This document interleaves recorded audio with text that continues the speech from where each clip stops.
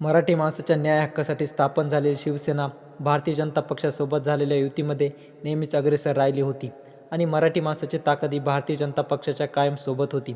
सध्या भारतीय जनता पक्षाचं सरकार आणि भारतीय जनता पक्षाची पार्टी ही गुजरातमधून चालत असल्याचा नेहमीच आरोप होतोय. तर लोकसभेला जो आत्मविश्वास होता तो आत्मविश्वास आता पूर्णपणे ढासळलेला आहे. विधानसभेची निवडणूक तोंडावर आली आहे. तेच मोदी आणि शहा यांचे दौरे महाराष्ट्रावरती सुरू आहेत. मात्र त्यांनी घेतलेल्या आढावा बैठकीमध्ये भारतीय जनता पक्षाला राज्यामध्ये अनुकूल वातावरण नाही, तर भारतीय जनता पक्षातला एक गट अशा मनस्थितीत आहे की उद्धव ठाकरेंचं मन वळवा आणि सोबत घ्या. मात्र उद्धव ठाकरे आता परत भाजपसोबत कधी दिसणार नाही, हेही तेवढंच खरं आहे. ठाकरेंसोबत असताना ठाकरेंची शिवसेना आणि शिवसैनिक यांची कामं करण्याची पद्धत ही खूप वेगळी होती.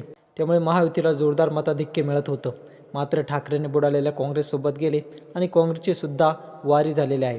ठाकरेंचा पक्ष फोडणे ही भारतीय जनता पक्षाची चूक होती. एक वेळेस नेते फोडले असते तरी चालले असते, पण पक्ष फोडून तो शिंदे गटाला द्यायला नको होता, असा एक निर्वाळा भाजपमध्ये चर्चेला येत आहे. तर काही नेत्यांना अजूनही आत्मविश्वास हाच आहे की आपलं सरकार येणार. या अनुषंगाने भारतीय जनता पक्षानं अंतर्गत सर्वे केला आणि यामध्ये धक्कादायक निकाल समोर येताना दिसला.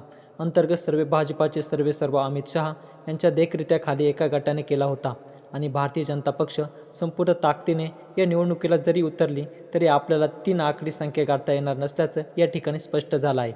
106 असलेले आमदार 100च्याच आतमध्ये येणार आहे. भारतीय जनता पक्षाला 62 ते 65 जागांवरती समाधान मानावं लागणार असल्याचं अनुकूल चित्र आहे.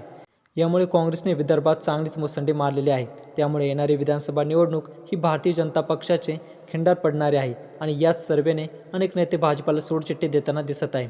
यावेळी महाविकास आघाडी पूर्णपणे बहुमत सरकार स्थापन करेल असा सर्वे समोर आलेला आहे. याबद्दल आपल्याला काय वाटतंय? कुणाला बहुमत मिळेल? महाविकास आघाडी का महायुती? कमेंटमध्ये व्यक्त व्हा. व्हिडिओला लाईक करा आणि चॅनल अजूनही जर सबस्क्राईब केला नसेल तर जरूर सबस्क्राईब करा. जय महाराष्ट्र.